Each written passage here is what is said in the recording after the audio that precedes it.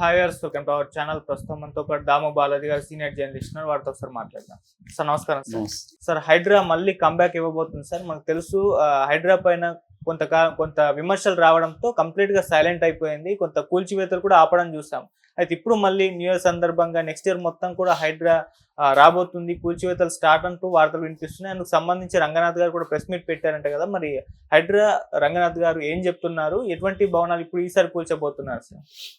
హైడ్రా మళ్ళీ హైడ్రా బుల్డోజర్లు మళ్ళీ కూల్చబోతున్నాయి అనేది అనౌన్స్ చేశాడు నిన్న రంగనాథ్. కొత్త సంవత్సరంలో మేము మళ్ళీ రంగంలోకి వస్తాం. కొంత గ్యాప్ వచ్చింది, మళ్ళీ మేము వస్తున్నాం. యాక్చువల్గా స్పెషల్ పోలీస్ స్టేషన్ కూడా వస్తుంది మాకు అని ఆయన కొన్ని విషయాలు నిన్న మీడియాతో పంచుకున్నాడు. ఇప్పటి వరకు దాదాపు 200 ఎకరాలని స్వాధీనం చేసుకున్నాం అని చెప్తున్నాడు. అంటే అక్రమ కట్టడాలు కావచ్చు, FTL అంటే full tank level and buffer అంటే ఏమో చెరువు నీళ్లు ఫుల్గా నిండినప్పుడు వచ్చే ఎంతవరకు చెరువులో నీళ్లు ఉంటాయి దాన్ని ఫుల్ ట్యాంక్ FTL అంటారు. బఫర్ ఏమంటే కొంత గ్యాప్ ఇచ్చి, అంటే ఏదన్నా భయంకరంగా చెరువు వాటర్ పడి ఇదైనప్పుడు కొంత బఫర్ జోన్ కూడా పెట్టుకుంటారు. ఆ బఫర్ జోన్లో కూడా కట్టకూడదు, బఫర్ జోన్కి దాటి ఉండాలి. కాబట్టి అలాగా 200 ఎకరాలు మేము ఇప్పటివరకు క్లీన్ చేసాము. మొత్తం 8 పార్కుల్ని ఆక్యుపై చేసుకున్నాము. అట్లాగే 12 చెరువులు, 4 ప్రభుత్వ స్థలాలు ఈ మొత్తం చేసుకున్నాము అనేది ఆయన నిన్న ప్రకటించాడు. ఆయన ఏం చెప్తున్నామంటే మేము మళ్ళీ రంగంలోకి దిగుతున్నాం. సో మేము ఆల్రెడీ కలెక్ట్ చేస్తున్నాం. చాలా హై రెజల్యూషన్ ఇమేజెస్ని, శాటిలైట్ ఇమేజెస్ని మేము కలెక్ట్ చేసాం.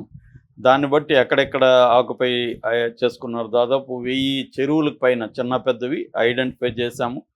అట్లాగే మాకు ఇప్పటి వరకు 5800 ఫిర్యాదులు వచ్చాయి ప్రజల నుంచి.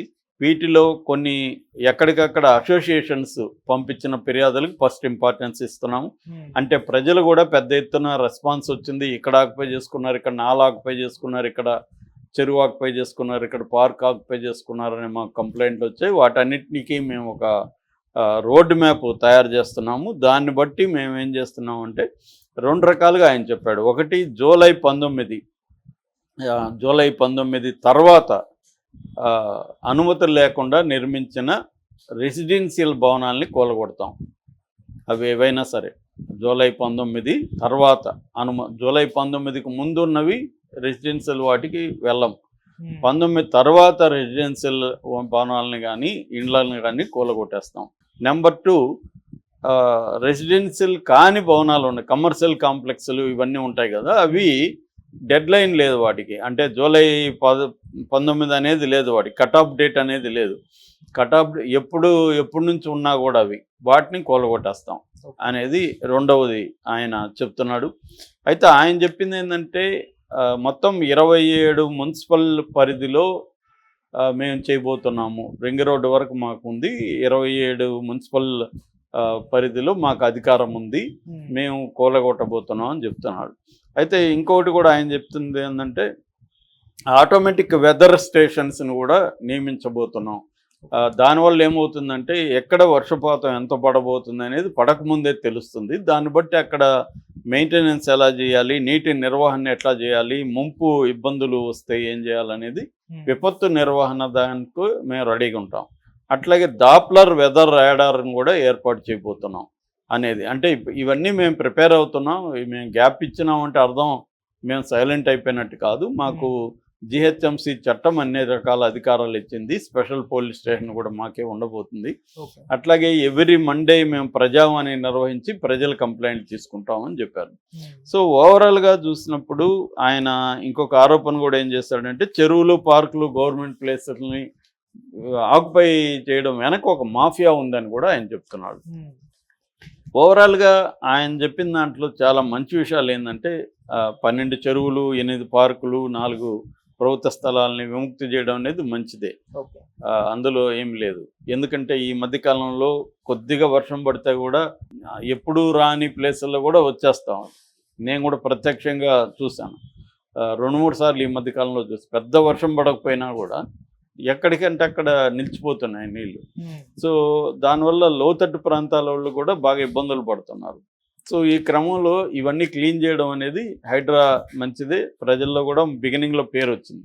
కానీ హైడ్రాకి నెగటివ్గా ఎక్కడ వచ్చింది పేరు అంటే 2 సందర్భాల్లో. ఒకటి నాగార్జున కన్వెన్షన్ కూలగొట్టిన తర్వాత అటువంటి పెద్దవాళ్ళ జోలికి వెళ్తారేమో అనుకున్నారు. ఎవరెవరిది పెద్దవాళ్ళు ఉన్నాయని అందరూ ఉలిక్కిపడ్డారు. వాళ్ళందరూ ఇటు ఓవైసీ బ్యాచ్, ఇటు బీఆర్ఎస్ వాళ్ళు, మిగతా పార్టీ బీజేపీ అందరూ కూడా బయటకు వచ్చి మాట్లాడారు. ముందు వాళ్ళది కోల్చండి, వాళ్ళ కాలేజెస్ ఉన్నాయి, వాళ్ళ బిల్డింగ్స్ ఉన్నాయి, ఇలాగ మాట్లాడుకున్నారు.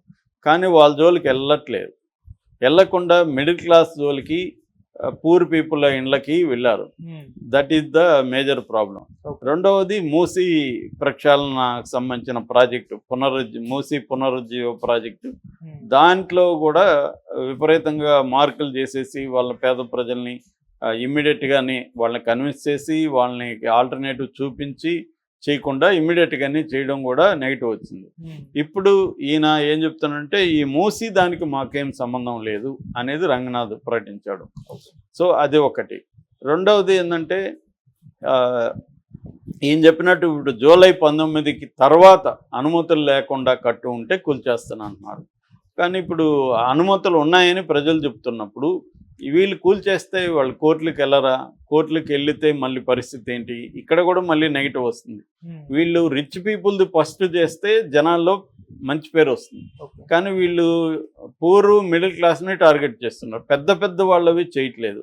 ఇప్పుడు ఈయన చెప్పినట్టు అయితే కట్ ఆఫ్ డేట్ లేకుండా కమర్షియల్ కాంప్లెక్స్లు కావచ్చు, కాలేజీలు కావచ్చు, ఇంకోటి కావచ్చు, అంటే డబ్బులు సంపాదించి పెట్టే ఆస్తులన్నీ కూడా ఆక్యుపై చేసి కట్టుకున్నవి విపరీతంగా ఉన్నాయి ఎక్కడ చూసినా. వాటి జోలికి వీళ్ళు వెళ్తారా లేదా అనేది తేలట్లేదు. ఈయన చెప్పింది అయితే వెళ్తామంటున్నాడు.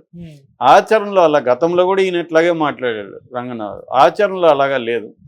ఆచరణలో అలా లేనప్పుడు పేద మిడిల్ క్లాస్ ప్రజల ఆస్తుల ధ్వంసం కానీ వీళ్ళు చేస్తే తీవ్రమైన వ్యతిరేకత వస్తుంది. ముందు ఏంటంటే పెద్ద ఆక్యుపేషన్స్, ఒక అజెండా కానీ ఒక లిస్ట్ కానీ వీళ్ళు అనౌన్స్ చేయట్లేదు. అంటే ఒక మెథడు, మేము ఏదేది ముందు కూలగొట్టదలుచుకున్నాం ఒక లిస్టు అనౌన్స్ చేయడం. అంటే ఎటు వెళ్తున్నారు మీరు, ఒక ప్లాన్, ఒక ప్రయారిటీస్ లేకుండా వెళ్తున్నట్టు జనాలకు కనిపిస్తుంది. దాన్ని అడ్రస్ చేయాల్సి ఉంది. అంటే ఫస్ట్ మేము పెద్ద వాళ్ళని, కమర్షియల్ కాంప్లెక్స్ని, పెద్ద వాళ్ళని కూలగొడతామని కానీ చెప్తే అదే కానీ చేస్తే జనాల్లో మంచి పేరు వస్తుంది. అది కాకుండా పేదల జోలికి వెళ్తే మాత్రం వాళ్ళకి ఆల్టర్నేటివ్ చూపించకుండా ఇబ్బంది అవుతుంది. ఇప్పుడు చిన్న వాళ్ళు కూడా ఈయన చెప్పిన ప్రకారం కట్ ఆఫ్ లేదంటే చిన్న వాళ్ళు కూడా ఏదో ఒక 2 రూములు షాపులకి ఇచ్చి పెట్టుకుంటారు. అది రెసిడెన్షియల్ కాదు.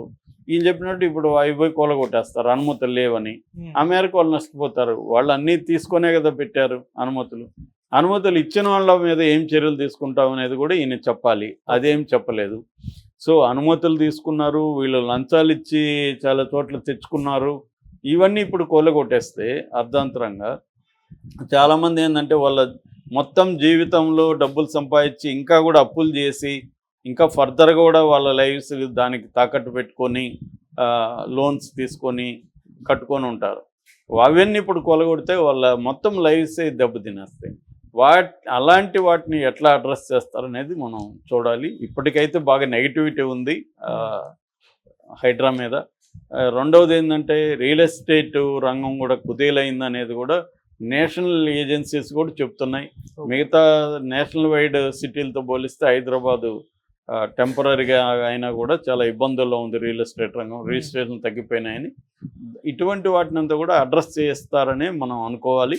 అడ్రస్ చేయకపోతే మాత్రం మళ్ళీ వీళ్ళు రంగంలోకి దిగి మళ్ళీ బుల్డోజర్ ఒక రౌండ్ కొడితే మాత్రం ఇబ్బంది అవుతుంది. ఎందుకంటే 2026లో జిహెచ్ఎంసీ ఎన్నికలు కూడా రాబోతున్నాయి. ఇవన్నీ రేవంత్ రెడ్డికి తెలియవా? తెలుసు. మరి ఆయన ప్లాన్ ఏంటనేది చూడాలి మనం. ఎందుకంటే తనకు వ్యతిరేకత వస్తే ఇబ్బందే కదా. ముఖ్యంగా హైదరాబాద్ చుట్టుపక్కల కాంగ్రెస్కి బలం లేదు. అది బలం పెంచుకోవడానికి హైడ్రాను కూడా రంగంలో దించాడనేది కూడా ఒక ఇది ఉంది, విశ్లేషణ ఉంది. మరి అది వదిలేసి మళ్ళీ ఇంకా ఎక్కువ నెగిటివిటీని రేవంత్ రెడ్డి ప్రభుత్వం చేస్తుందా?